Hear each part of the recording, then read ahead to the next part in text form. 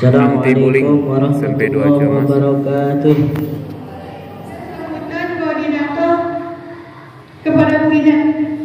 Untuk Bu Ina dipersilakan. Dan kepada anak-anakku yang Ibu banggakan, mudah-mudahan kegiatan pembekalan ini semakin menjadikan sekolah kita SMP 2 Ciamas sekolah yang bebas dari pembulian, ya. Dengan duduknya kalian di sini berarti adalah kalian orang-orang pilihan yang diberikan kepercayaan oleh Bapak Ibu guru untuk memberantas pembulian. Karena sampai hari ini mungkin ya kita masih melihat secara tidak sadar teman-teman kita atau bahkan diri kita sendiri suka membuli teman kita yang lain gitu ya. Jadi ya berharap dengan dibentuknya tim satgas jika ada pembulian yang sifatnya lebih keras gitu ya, pembulian yang bentuknya yang tidak bisa ditolerir lah gitu, itu mudah-mudahan bisa dicegah gitu dengan adanya tim satgas ini. Dan mudah-mudahan nanti ketika ada jalur yang jelas pelaporan dan lain sebagainya nanti kita tetapkan akan semakin membuat kondisi kegiatan pembelajaran pun semakin nyaman di sekolah kita ya. Assalamualaikum warahmatullahi wabarakatuh. Waalaikumsalam. Sambil ngobrol nanti saya sharing ini ya. Ini dari kelas berapa aja? Kelas 7 itu kelas 1 ya? Oh iya. Malum kita mah pengalaman ya punya. Kelas lomba kelas 7. Berarti teman-teman di sini nanti adalah calon-calon kepanjangan tangan daripada kepolisian maupun pihak sekolah dalam rangka hal untuk mengantisipasi terjadinya gangguan-gangguan bullying. Nah sekarang nih saya mau ngasih tahu bullying itu ada beberapa tipe dan beberapa jenis. Harus paham lah. Ini kan pembentukan satgas ya sebenarnya, satgas anti bullying. Untuk bullying itu kan ada beberapa hal, ada beberapa tipe dan beberapa cara. Sebenarnya bullying itu simpel. Bully itu artinya penindasan. Ada seseorang yang ditindasnya oleh siapa? Oleh satu orang lawannya atau oleh sekelompok orang. Itulah ya. Penindasan itu kan beberapa hal. Ada yang dilakukan secara fisik, pakai tangan, digebugin atau dipukul secara satu lawan satu. Kemudian yang bersangkutan nggak melawan sampai ke pojok, atau dikeroyok sama banyakan, atau bisa juga yang kedua bunyinya dalam bentuk bahasa ucapan. Ada peribahasa zaman dulu mulutmu harimaumu, tapi zaman sekarang bergeser genrenya, lebih ke arah adalah tanganmu harimaumu. Karena zaman sekarang selain daripada bullying atau perundungan yang dilakukan secara verbal, secara tertulis ya maksudnya, secara mulut, secara omongan, ada juga yang secara tulisan.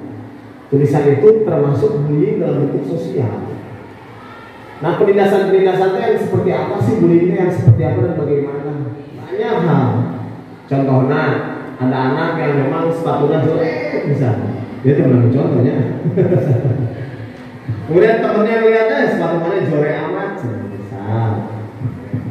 Harusnya yang dilakukan anak yang memang belajar ilmu agama dan PPKN yang baik. Kan kudu lamun ningali sepatu baturan jorek, orang ngumpulkeun sepatu orang kita pakai, orang kasih gitu. Betul nggak? Cuman kan faktanya pada saat ada teman kita yang menggunakan sepatu yang jelek ataupun baju yang jelek ataupun apapun yang jelek, cenderungnya kita hina, kita lembek. Nah itu yang menimbulkan terjadinya bullying biasanya. Tapi ada juga hal-hal yang memang selain daripada apa yang digunakan, bullying itu yang sering terjadi biasanya adalah bullying yang memanggil nama orang tua kalau untuk di sekolah. Sering kan ya mendengar ya? Ya kalau nama orang tuanya keren, enak. Apalagi misalkan nama orang tuanya sama dengan nama presiden, Jokowi presiden bapaknya. Tapi kan kalau nama bapaknya jelek, misalkan lah. Kadang-kadang kita berbeda zaman, biasanya nama itu tipikalnya beda-beda ya. Di era-era zaman saya banyak yang menggunakan nama-nama kayak saya Ferry, ada yang namanya Rizky, ada yang namanya itu Bakri. Maksudnya kalau untuk biara anak-anak yang seumuran gini namanya siapa aja? Yang pakai kacamata siapa? Maulana. Terus sampingnya Hafiz. Sudah mulai Islam-Islamian. Maulana kan ada unsur Islamnya, Hafiz sudah ada unsur Islamnya. Makin kesini sebenarnya kalau saya melihat anak-anak yang sekarang baru lahir, kalau kita tanya rata-rata tuh udah pakai nama Muhammad banyak. Kalau untuk perempuan solihah seperti Khadijah, Aisyah itu udah. Tapi kalau kita berbicara tentang orang tua zaman kita dulu, ngarana biasanya beda izin era kita. Makanya kadang-kadang kita cenderung malu pada saat dulu nama orang tua kita disebut. Nah itu yang berpotensi nantinya akan terjadinya bullying lagi. Terus kemudian bullying yang lainnya adalah bullying yang sering terjadi di sekolah. Contohnya ada orang misalkan anak yang nilainya kecil, atau enggak kalau nilainya kecil anak saya sendiri anak yang nilainya kecil, kalau enggak anak yang nilainya kecil misalkan terlambat datang ke sekolah harus sekolah rumah paling jauh. Sering gak kejadiannya? Biasanya kan langganan di sini. Nah itu kadang-kadang cenderung fase-fase mereka itu sering diledek. Nah dia dibentuk satgas-satgas ini tujuannya adalah simpel, untuk mengurangi terjadinya bullying yang ada. Kenapa? Harus dibentuk sesegera mungkin, karena bullying zaman sekarang itu udah beda dari zaman dulu. Bullying zaman dulu hanya sebatas diketahui di sekolah tersebut. Bullying zaman sekarang itu adalah viralisasi. Sekolah dari SMP 2 Ciumas, Desa Pagelaran, terkenal sampai ke Papua Nugini menurut salam. Kalau untuk di hukum Indonesia, bullying itu dibagi ke beberapa kategori yang tadi saya sebut. Cuman memang di Indonesia ada beberapa pasal yang memang sudah mengatur selama ini. Contohnya misalnya bullying yang dilakukan dengan menggunakan kekerasan fisik. Kalau dilakukan oleh satu orang berarti itu masuk ke pasal 351. Yaitu pasal apa? Pasal penganiayaan. Pak, iya dianiaya tapi kan nggak luka. Kalau penganiayaan mah kan kayak urutna. Kalau nggak luka bagaimana? Bisa tetap dipidanakan. Dikenakan apa? Perbuatan tidak menyenangkan dengan ancaman kekerasan maupun dengan kekerasan. Jadi ibaratkan nampar kan jarang ya orang ditampar sampai terjadinya luka. Bisa dimasukkan ke pasal 335 ayat 1 ke 1. Jadi sebenarnya sudah diatur sama negara dari tahun 1945. Cuman memang mungkin pasalnya baru bekerja di tahun-tahun ini aja. Terus gimana Pak kalau misalkan satu orang dikeroyok sama 5 orang, 6 orang, 7 orang atau 2 orang aja lah. Itu ada juga pasalnya. Pasalnya apa? Pasal 170 KUHP. Tentang apa? Tentang pengeroyokan. Berarti itu bullying yang menggunakan tindakan atau kekerasan fisik yang dilakukan secara bersama-sama oleh lebih dari satu orang. Terus selain daripada bullying yang dilakukan dengan kekerasan fisik yang tadi saya bilang, bullying yang dilakukan secara omongan. Nah omongan ini ada 2 jenis. Pada saat kita memang merendahkan martabat orang lain di muka umum, si iya mah bajunya swag kucing kali itu teman-teman. Bisa. Itu terjadinya bullying. Itu bisa dikategorikan pasal 310 maupun 311 KUHP. Tergantung daripada kejadiannya seperti apa dan bagaimana. Tapi misalkan Pak, dia tidak diutarakan secara langsung, tapi diutarakannya melalui tulisan, bisa. Misalkan di kelas ditulis di meja. Nah itu bisa dipidanakan, bisa. Maupun yang dilakukan di sosial media. Jadi teman-teman di sini harus bisa ngasih tahu juga sama teman-teman yang lain bahwa anak kecil itu tetap bisa dihukum. Biasanya orang-orang tuh gini, sok mikir udah ngerti mah mau bisa dipenjara. Nah di sini negara itu hadir dalam bentuk apa? Dalam bentuk memberikan haknya sebagai anak. Makanya undang-undangnya disebutnya undang-undang perlindungan anak. Jadi anu dilindungi itu hak-haknya sebagai anak. Misalkan Maulana melakukan tindak pidana, masuk penjara, divonis hukuman 2 tahun. Nah, nanti orang tua Maulana itu datang ke SMP Negeri 2, bikin surat pindah. Nanti dipindahin di mana? Di Lapas Gunung Sindur. Pindah nanti ke SMP di Lapas Gunung Sindur. Guru nanti lo datang ke penjara. Setiap tahun belajar. Jadi yang bersangkutan tetap akan mendapatkan ijazah, tetap akan mendapatkan haknya sebagai anak. Bukan berarti yang bersangkutan tidak bisa dipenjara. Jadi tetap bisa. Nah di sini satgas yang nantinya akan dibentuk harus bisa bagaimana caranya untuk mengantisipasi atau mengurangi terjadinya bullying yang nantinya akan terjadi di kelas-kelas masing-masing. Nah kurang lebih itulah beberapa poin tentang masalah pidana di bullying untuk patokan dasar. Nah kalau misalkan memang ada yang mau sharing, tanya jawab lebih baik ke arah sharing aja sih. Karena kadang kalau nggak sharing kan jadi komunikasinya nggak cuma searah nih. Kita di sini untuk komunikasi yang dua arah aja. Sok ada yang mau ditanyain nggak tentang permasalahan bullying seperti apa dan bagaimana langkah-langkahnya, cara-caranya, enggak? Ya mungkin kasus yang tentang pemalakan dan lain sebagainya. Pak, ini mah contoh nih Pak nih. Ada anak nyuruh adik kelasnya membuat gambar foto dia, badannya badan telanjang. Disebar. Itu berarti kan masuk ke bullying atau masuk ke tindak kriminal yang lain, Pak? Jadi si A misalkan nyuruh si B gitu. Si B, ya kan? Si C sebagai korbannya ambil kepalanya doang, badannya badan orang yang telanjang. Oh iya. Jadi korbannya mah ada orang lain ya? Korbannya orang lain si C. Nggak kira saya nyuruhnya untuk dirinya sendiri karena dia bangga. Soalnya itu yang kejadian kayak gitu kan? Ada. Si A, foto saya masukin ke ini badannya si ini biar bagus, biar seksi atau biar apa? Ada yang kayak gitu. Ada. Kalau untuk kejadian kayak gini, misalkan si A nyuruh si B untuk mengedit gambar ataupun mengedit apapun itu, tapi tubuhnya orang lain atau kepalanya orang lain, kenakan bullying, benar bullying. Tapi lebih detailnya itu pada saat hal-hal itu seksual yang tadi disebarkan itu melalui sosial media, dia akan kena undang-undang ITE. Pada saat memang dia disebarkan hanya menggunakan media diperlihatkan kepada temannya, itu bisa dikenakan penyebaran konten pornografi. Jadi ada ini belum tahu. Lucu-lucuan itu ada batasannya. Ada batasannya.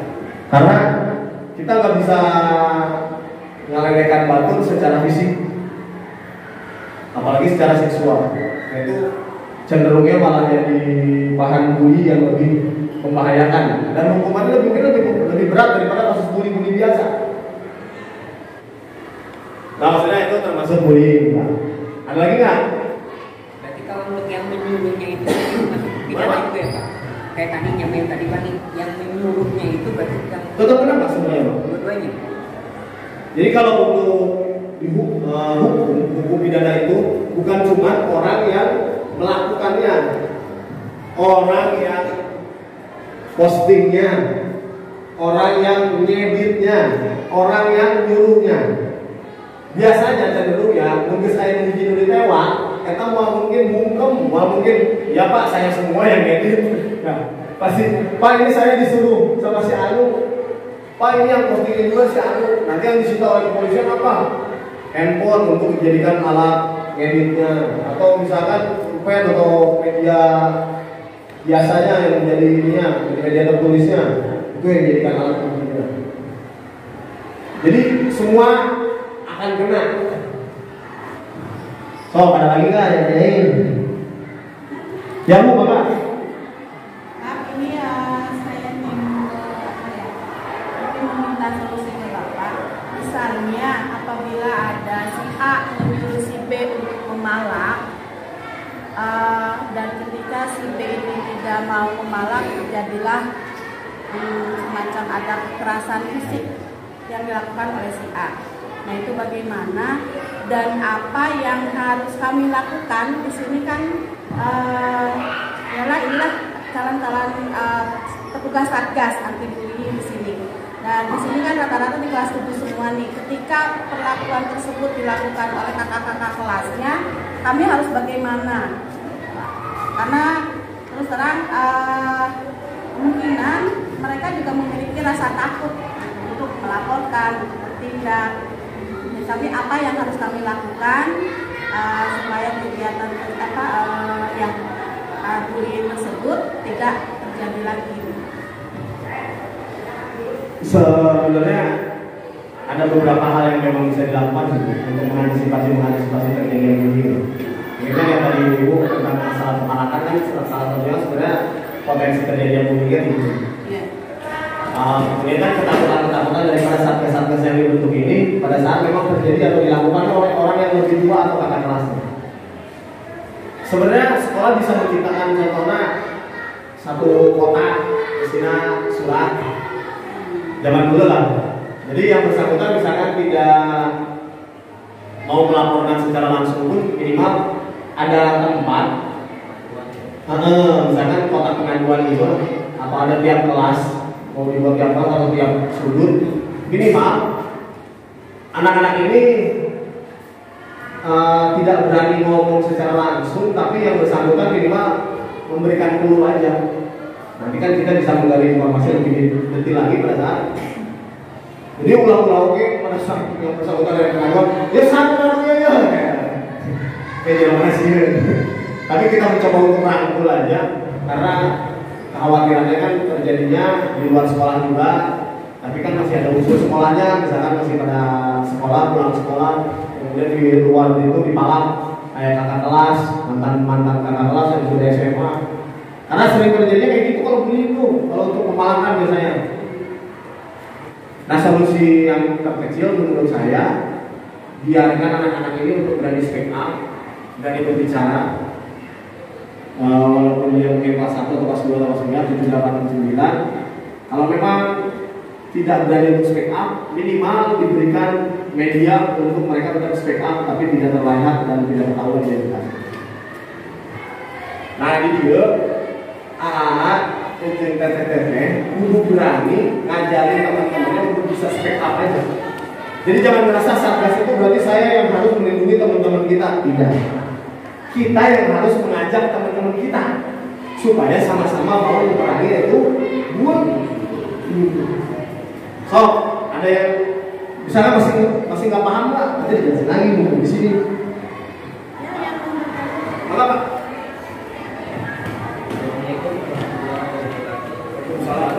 Saya perwakilan dari orang tua murid untuk tim satgas di sini. Bisa ditunjuk oleh Ibu dan ke sini. Saya mau bertanya sama Bapak, kiat-kiat apa saya sebagai satgas yang mungkin akan berada di luar lingkungan sekolah ya Pak ya? Jadi saya harus seperti apa? Kalaupun saya nanti melihat bully itu atau saya dapat pengaduan bully di luar, saya harus menindaklanjutinya seperti apa? Sebenarnya ada dua hal sih Pak kalau untuk orang tua kan yang pada saat memang kita jadi satgas kan tadi sebenarnya poinnya sama seperti anak-anak ini jadi satgas. Kita harus berani mengajak orang tua lain untuk memerangi daripada bullying ini sendiri. Karena biasanya Pak cenderung bullying itu terjadinya di rumah awal mulanya. Kenapa saya berani bilang bahwa bullying itu sering terjadi di rumah? Misalkan ada anak nilainya kecil, siapa bodoh? Bisa. Padahal kan anak kalau misalkan matematikanya nilainya jeblok, siapa tahu dia bahasa Indonesianya pintar. Tapi kita kadang-kadang orang tua maunya tuh anak tuh nilainya bagus semua. Kita nggak tahu bahwa kita sendiri juga mungkin ada lemah di bidang tertentu, tapi kita mahir di bidang yang lain. Nah, poin utamanya sebenarnya Bapak harus bisa ngajak orang lain untuk memerangi kasus bullying ini sendiri aja dulu. Minimal bisa mencegah bullying itu terjadi di rumah kepada anak-anak kita dulu. Nah, kemudian bagaimana kalau terjadinya saya misalkan sebagai satgas bullying terjadi di lingkungan sekolah misalkan, di luar daripada lingkungan sekolah. Nah, bisa sama Bapak ditegaskan kalau misalkan emang ini kita dari Satgas Bullying SMP Negeri 2 memang terjadinya menyangkut murid SMP Negeri 2, bisa kita tarik ke sekolah dulu untuk diselesaikan secara pihak sekolah. Tapi kalau misalkan memang nanti pihak sekolah Kalau tidak bisa menyelesaikan, nanti mengundang saya. Kalau misalkan saya juga tidak bisa menyelesaikan, nanti bisa dilanjutkan proses hukum selanjutnya. Tapi tetap Pak, anak-anak zaman sekarang tuh kalau udah mau tawuran, kalau kita mau nyetopnya sendirian bahaya.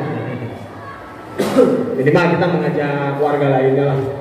Itu aja sih mungkin bisa Satgas itu bisa bisa dilakukan konsolidasi setiap 2 minggu sekali atau berapa lama sekali.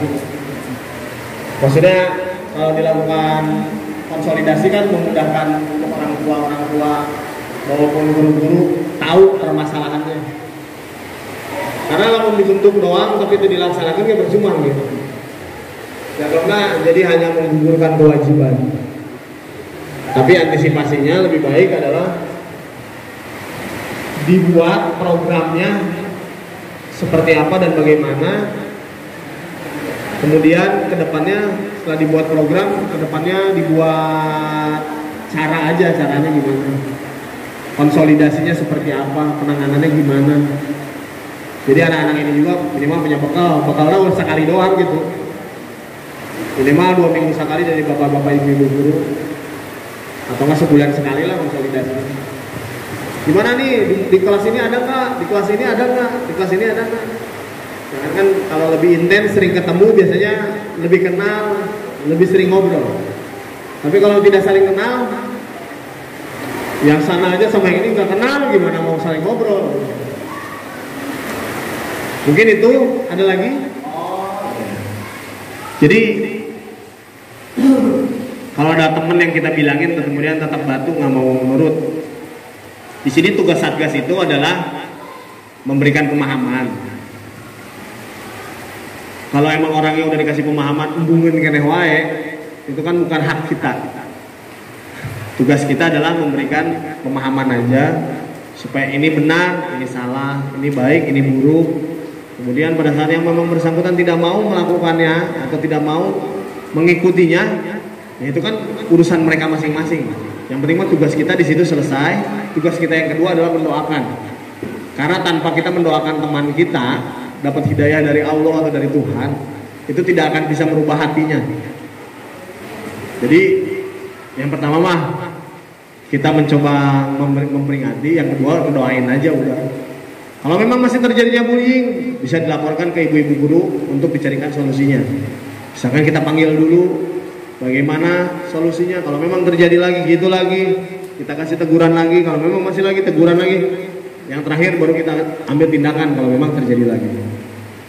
Setelah tadi kita dengar semuanya dari pemaparan dari Bapak, mungkin intinya ini edukasi ya Pak ya. Edukasi juga dari peran serta orang tua ke anaknya di rumah.